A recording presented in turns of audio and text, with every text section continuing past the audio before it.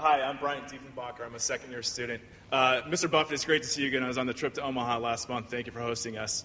My question is, how would you recommend an individual investor who follows the Graham and Dodd philosophy to allocate their capital today? Well, it depends whether they're going to be an active investor. Graham distinguished between the defensive and the enterprising investor. If you're going to spend a lot of time on investment, I just advise looking at as many things as possible, and you will find some bargains. And when you find them, you have to act. It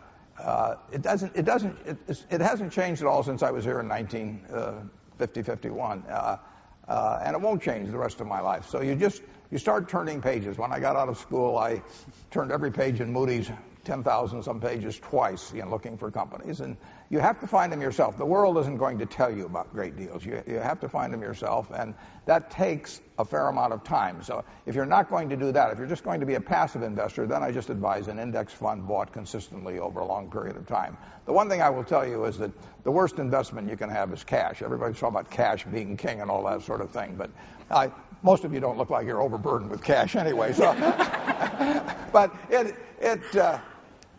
cash is going to become worth less over time, but good businesses are going to become worth more over time, and you don't want to pay too much for them, so you have to have some discipline about what you pay.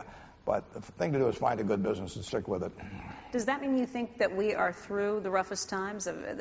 You'd always kept a cash hoard around, too. Well, we always keep enough cash around so I feel very comfortable and don't worry about sleeping at night. But it's not because I like cash as an investment. Cash is a bad investment over time.